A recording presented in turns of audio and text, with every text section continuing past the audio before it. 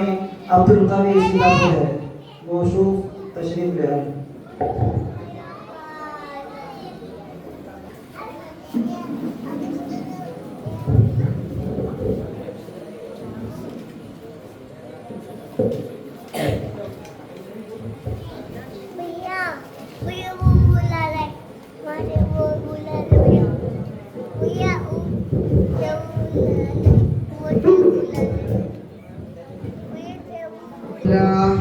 الحمد لله رب العالمين والصلاة والسلام على رسوله سيد الأنبياء والمرسلين محمد وآله وأصحابه أجمعين ومن تبعهم بإحسان إلى يوم الدين، أما بعد، فأعوذ بالله من الشيطان الرجيم. بسم الله الرحمن الرحيم. إنما يخشى الله من عباده العلماء إن الله عزيز غفور.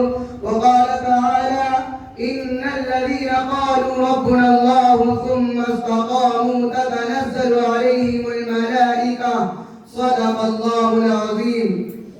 جنہیں میں ڈھونڈتا تھا آسمانوں میں زمینوں میں، وہ نکلے میرے ظلمت خان ہے دل کے مکینوں میں.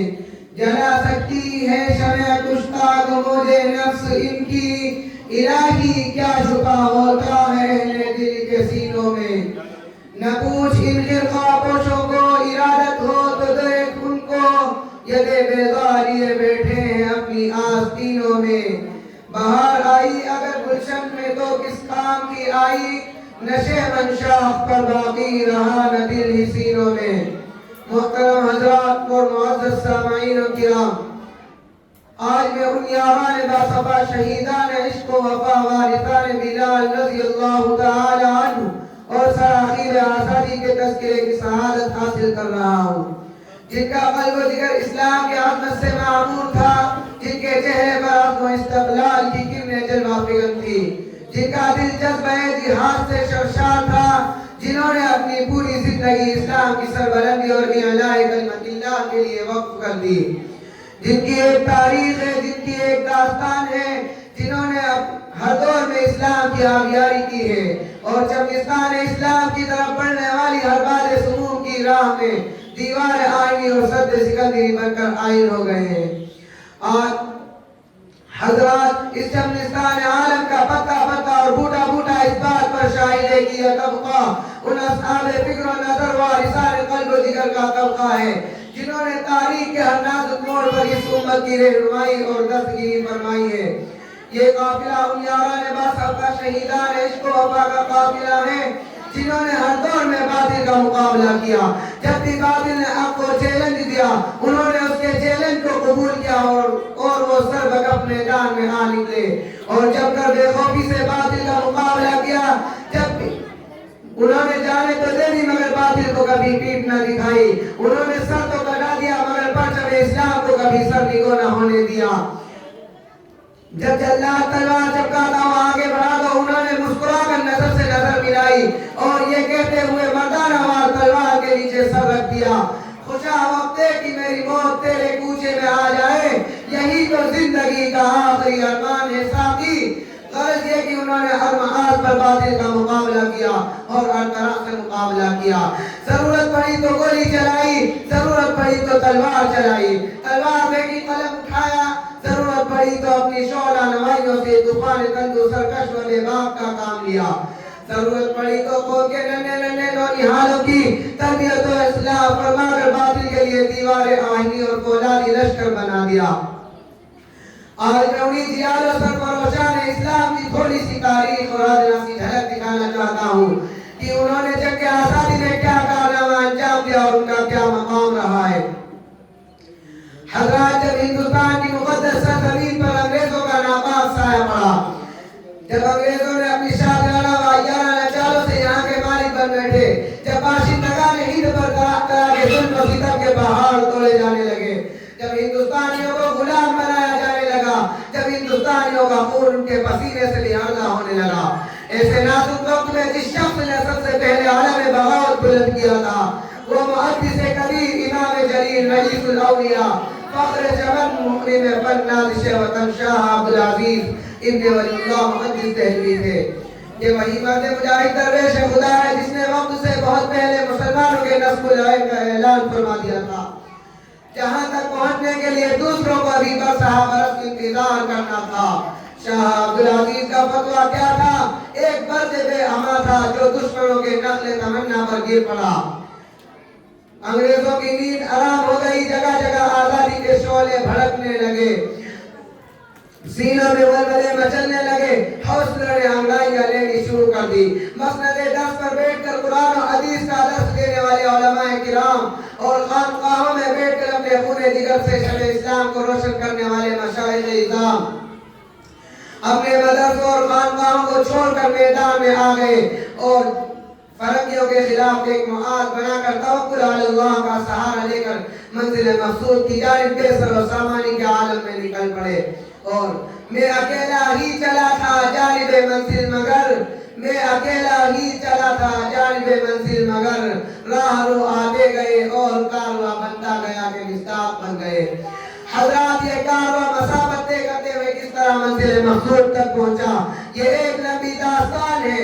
اس داستان میں امنگیں بھی اور محرومیاں بھی ہیں، عزم و عمل کا جوش و خروش بھی ہے، جنون شوق کی عاشق تاثری بھی ہے، اور گردش دورہ کی تجربی بھی ہے۔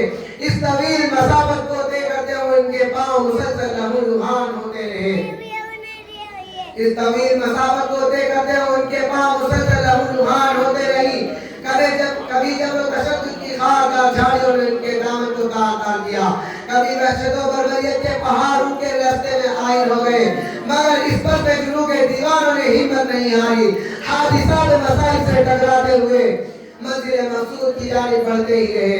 راستے کی قربت و دوری سے بے فکر، قوانیت قلب و جگر سے مستغنی، پریشانی و افکار کے احساسات سے بے نیاز، خطرات و مساوس کی گرفت سے بے پرواہ منزل مقصود کی تلاش میں کبھی آپ ترکی کی راہوں بناتے تو کبھی روس و افغانستان کی بالا پیمائی کرتے، کبھی مالٹا کی کوٹھیوں میں قیام کرتے تو کبھی عدالت کے کٹہرے میں کھڑے ہو کر نام ہے آزادی سناتے، تو کبھی پھانسی کے بندوں کو چوم کر منزل کا نشاں پوچھتے تو کبھی دیوار کی لبلبی پر انگلی رکھتے تھے کہ شاید منزل کا پتہ گولیوں کی سنسناہٹ ہی بتا سکے۔ غرض یہ کہ ان دیوانوں نے ہمراہ سے منزل تک پہنچنے کی کوشش کی اور پہنچ کر ہی دم لیا۔ تاریخ نئی تن سے کہتی ہے اس بند جنوں کے دیوانے ہر راہ سے پہنچے منزل تک، بیتابی ان کی عام ہوئی صحراؤں سے لے کر ساحل تک، یہ سنگ گرا جو آئل ہے رستے سے ہٹا کر دم لیں گے، ہم پھول بھی ہے تلوار بھی ہے باطل کو مٹا کر دم لیں گے۔ حضرات واقعہ یہ ہے کہ اگر ہندوستان کی جنگ آزادی میں علماء حصہ نہ لیتے تو یہ ہندوستان کبھی بھی آزاد نہ ہوتا، اگر یہ سلاحیل آزادی نہ ہوتے تو تحریک آزادی نہ چلتی، تحریک بالاکوٹ نہ چلتی، تحریک مشکی رومال نہ چلتی، تحریک خلافت نہ چلتی، ہندوستان چھوڑو تحریک نہ چلتی، مقدمہ وہابیات نہ چلتا، امبالہ شازش کیس نہ بنتا۔ الغرض علماء اکرام ہی نے اپنے خون جگر سے عروس آزادی کی انعامت دی اور اپنے مقدس لہو سے شجر آزادی کو سینچا اور پروان چڑھایا ہے۔ چنانچہ سن 1857 عیسوی کی جنگ آزادی میں دو معاہد بنائے گئے، ایک معاہد امبالہ پر جس کی قیادت حضرت مولانا جعفر خانیسی کے پاس کی، دوسرا معاہد شامی پر جس کی قیادت حضرت حاجی امداد اللہ مہاجر مکی کے پاس کی۔ اس جنگ میں بڑے بڑے صلاح و علماء شہید و زخمی ہوئے، اسی جنگ میں حافظ صابر شہید ہوئے۔ اس سن 1857 عیسوی کی جنگ آزادی میں 2 لاکھ مسلمان شہید ہوئے، جن میں سے 51,000 علماء اکرام شامل تھے۔ صرف دہلی میں 500 علماء دین کو پھانسی کے پھندوں پر لٹکا دیا گیا۔ بہرحال جب اس جنگ میں وسائل کی قلت اور اپنوں کی غداری کی وجہ سے فرنگیوں کا غلبہ ہوا تو وائسرائے برطانیہ نے اپنے ہندوستانی مشیروں سے رائے طلب کی کہ بتاؤ ہندوستان میں ہماری حکومت کیسے قائم رہ سکتی ہے۔ اور ہندوستان میں رہنے والے سب سے بڑے سیاستداں ڈاکٹر ویلیم جونی نے جو رپورٹ پیش کی اس میں لکھا ہے کہ ہندوستان میں سب سے زیادہ بیدار مسلمان ہیں اور جنگ آزادی میں صرف مسلمانوں نے لڑی ہے۔ اس لیے مسلمانوں میں جب تک جذبہ جہاد موجود ہے اس وقت تک ہم ان پر حکومت نہیں کر سکتے۔ اس وقت تک ہم ان پر حکومت نہیں کر سکتے. اس لیے انگریزوں نے کہا ہندوستان سے علماء اور قرآن کو ختم کر دیا جائے. چنانچہ سن 1861 میں 3 لاکھ قرآن کریم کے نسخے بدبخت انگریزوں نے جلائے. اس کے بعد علماء کے ختم کرنے کا فیصلہ کیا گیا.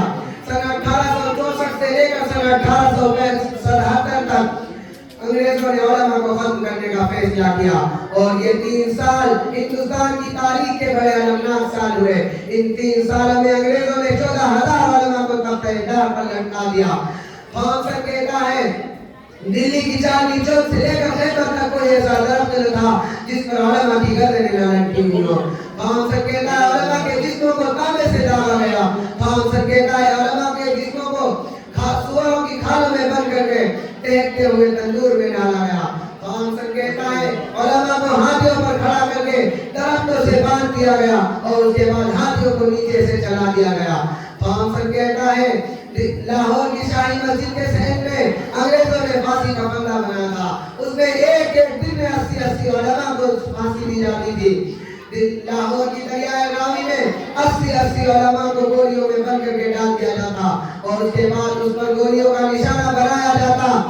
خان صاحب کہتا میں اپنے خیمے میں گیا تو مجھے بردار کی تو محسوس ہوئی. میں خیمے سے پیچھے چلا گیا تو دیکھتا ہوں کہ 40 علماء کے کپڑے اتار کر دیکھتے ہوئے انگاروں پر لٹا دیا گیا اور میرے دیکھتے ہی دیکھتے 40 اور علماء کو بلایا گیا. ان کے بھی کپڑے میرے سامنے اتارے گئے. ان سے کہا ایک مولوی جس طرح 40 کو جلایا گیا اسی طرح تمہیں بھی جلایا جائے گا. تم صرف ایک آدمی ہے کہ دو کہ سن 1857 عیسوی کی جنگ آزادی میں ہم شریک نہیں تھے. خان صاحب کہتا مجھے پیدا کرنے والے کی قسم کوئی عالم میں ایسا نہیں تھا. کوئی عالم میں ایسا نہیں تھا.